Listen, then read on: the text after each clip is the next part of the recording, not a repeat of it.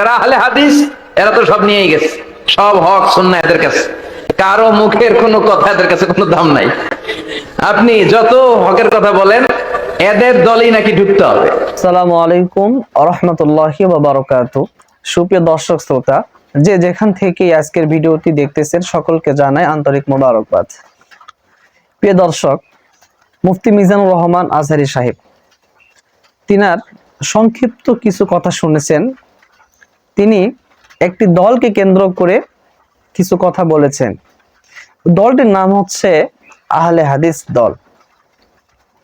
প্রিয় দর্শক, শুধু মুফতি মিজানুর রহমান আজহারী সাহেব নয়, বরং যে কোনো স্কলার যদি এই আহলে হাদিস দল সংগঠন সম্পর্কে গবেষণা করে, রিসার্চ করে, তাহলে তারা এই আহলে হাদিস দল সম্পর্কে এরকম মন্তব্য করাটা অস্বাভাবিক কিছুই নয়। কারণ এই আহলে হাদিস দলের যে নাম অনেক সুন্দর, আহলে হাদিস নামটা অনেক সুন্দর। এই নাম শুনে হাজার হাজার যুবক এই দলের দিকে আকৃষ্ট হয় এবং এই দলের নেতাদেরকে অনুসরণ করে থাকে, কারণ নামটা অনেক সুন্দর।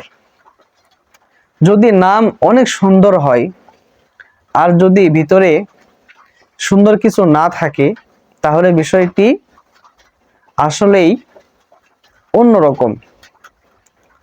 একটি হোটেলের নাম দেয়া হয়েছে যে রহমত, ভিতরে যত রকম আকাম কুকাম সব হয়ে থাকে। তাহলে যদিও নাম সুন্দর, কিন্তু ভিতরের কাজ খারাপ হওয়ার কারণে ওই হোটেলটি ভালো হোটেল হতে পারে না।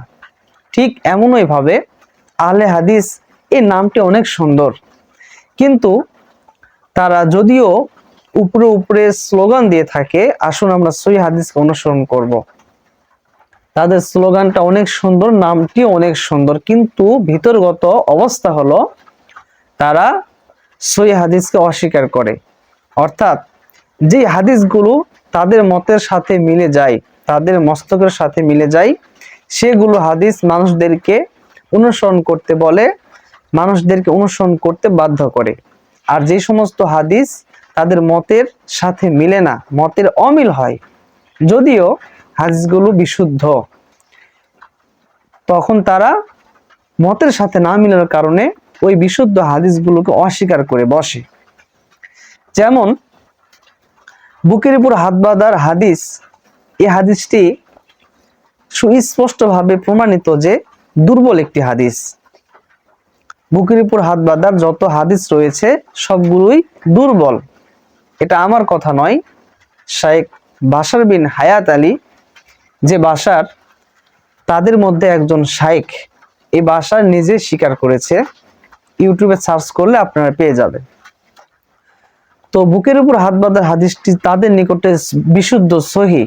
অপরদিকে যারা নাভির নিচে অথবা নাভির উপরে হাত বাঁধে, যদিও নাভির উপরে এবং নাভির নিচে হাত বাঁধার হাদিস বিশুদ্ধ, তাদের মতের সাথে না মিলার কারণে তারা বিশুদ্ধ হাদিসকে অস্বীকার করে। শুধু তাই নয়, রাফুল ইয়াদাইন এর হাদিস, মানে রাফুল ইয়াদাইন না করার হাদিস বিশুদ্ধ, করার হাদিসও বিশুদ্ধ।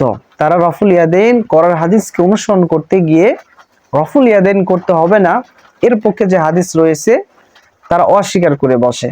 অথচ রাসূল সাল্লাল্লাহু আলাইহি ওয়াসাল্লাম থেকে উভয়টাই প্রমাণিত, উভয় আমল প্রমাণিত।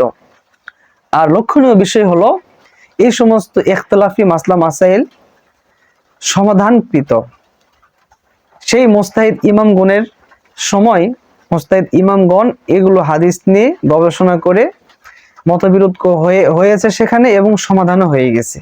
এগুলো নিয়ে নতুন করে আবার উম্মতের মাঝে ফিতনা ছড়ানোর কোনো প্রশ্নই আসে না। তো যারা এগুলো ফিতনা ছড়ায় তারা নিঃসন্দেহে মানুষদের মধ্যে বিভ্রান্ত ছড়ানোর জন্য এগুলো করে থাকে। মীমাংসিত বিষয়গুলোকে আবার টেনে নিয়ে এসে মানুষদেরকে আবার বিভ্রান্ত করার চেষ্টা করে।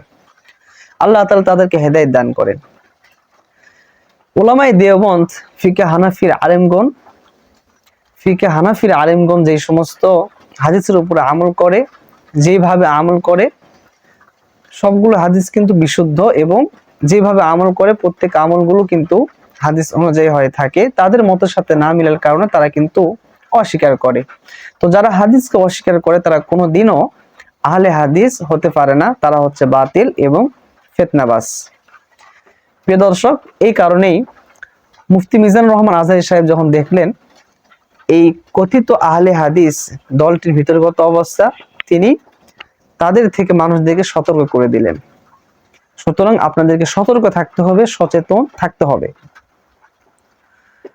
ভিডিওটি শেয়ার করে দিবেন। যারা এতক্ষণ আমার কথাগুলো শুনলেন সকলকে জানাই আন্তরিক মোবারকবাদ। আল্লাহ তাআলা আপনাদেরকে যাজাই খায়ের দান করেন। ভালো থাকবেন, সুস্থ থাকবেন। দেখা হবে আবার একটি নতুন ভিডিওতে। আসসালামু আলাইকুম ওয়া রাহমাতুল্লাহি ওয়া বারাকাতুহু।